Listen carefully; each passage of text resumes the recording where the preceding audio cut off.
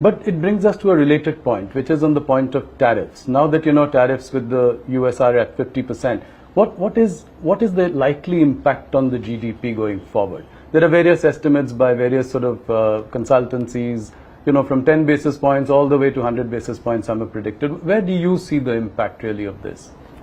But with the reform like this, many of that should be offset.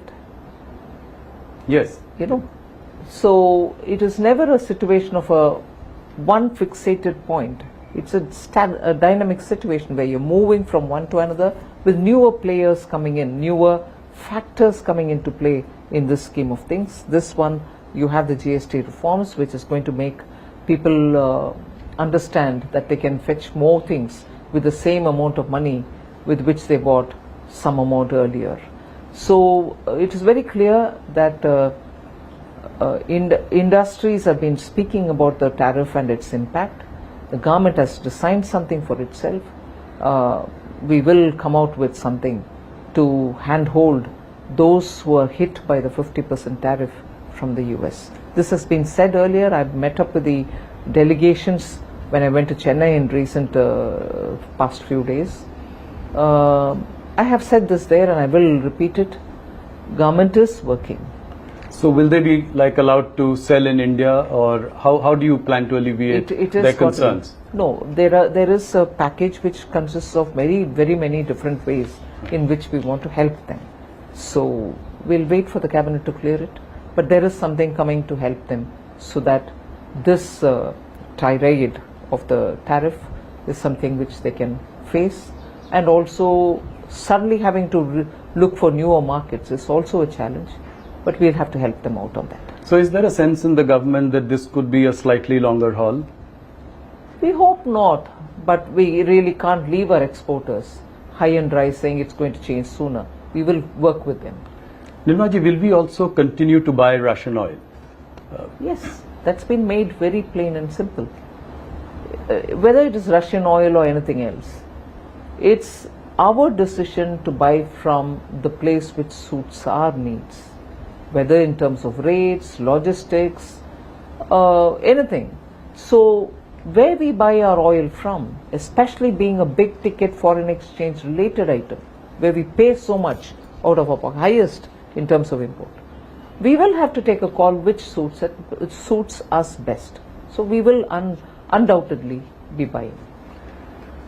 Another question about, the officials of the Trump administration have been using really hurtful language against India, saying that we are Brahmins profiteering at the expense of, ordinary Indians, or, calling the Ukraine-Russia war Modi's war, or us as Kremlin's laundromat. How do you see all this? I mean, how do you react to something like this? Very much the same principle as I said earlier. It is one thing, it can be hurtful. It is one thing for a foreign government, head of state or an official or anybody to say all that. And the global diplomatic world is astonished that that kind of an expression is being used against India. And that will have people in the diplomatic arena to respond or to deal with. But what hurts me more is when those very expressions are being justified in India. Oh, don't you all know, don't you, I mean, dirty, unwashed Indians, you don't understand what this expression means? This is how, this is explained. Who wants these explanations from Indians? Who actually wants us to know better? And who are these people explaining to us, this expression is used in this context? Yes. I'm outraged by that. I don't want explanations to justify that. Whether I'm going to have to deal with them, stand up and challenge them or retort is a different story. Right. But Indians quoting those words and telling us, oh, you dirty Indians, you don't know this colonial justification of the language that is being used against Indians, against such countries which have come out of its colony and from its empire and stood up to build its own country with its own self-confidence.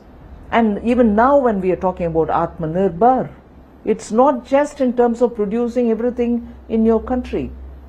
It's also about being what do you call,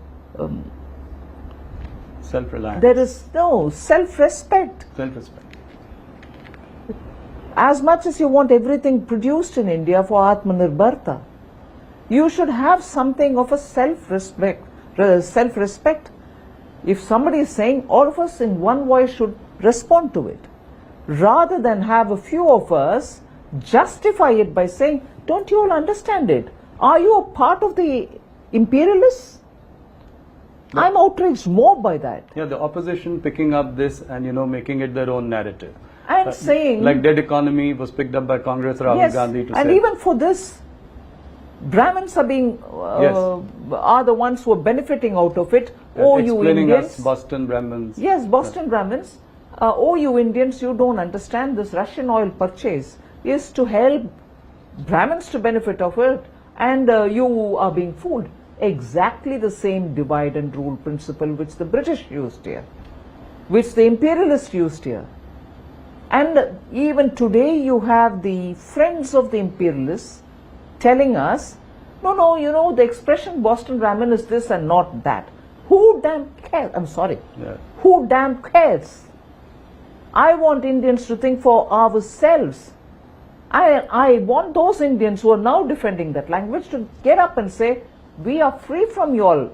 Now for over 75, 80 years, we'll mind our business, we'll take care of ourselves, refrain from using these words. Should have been that voice.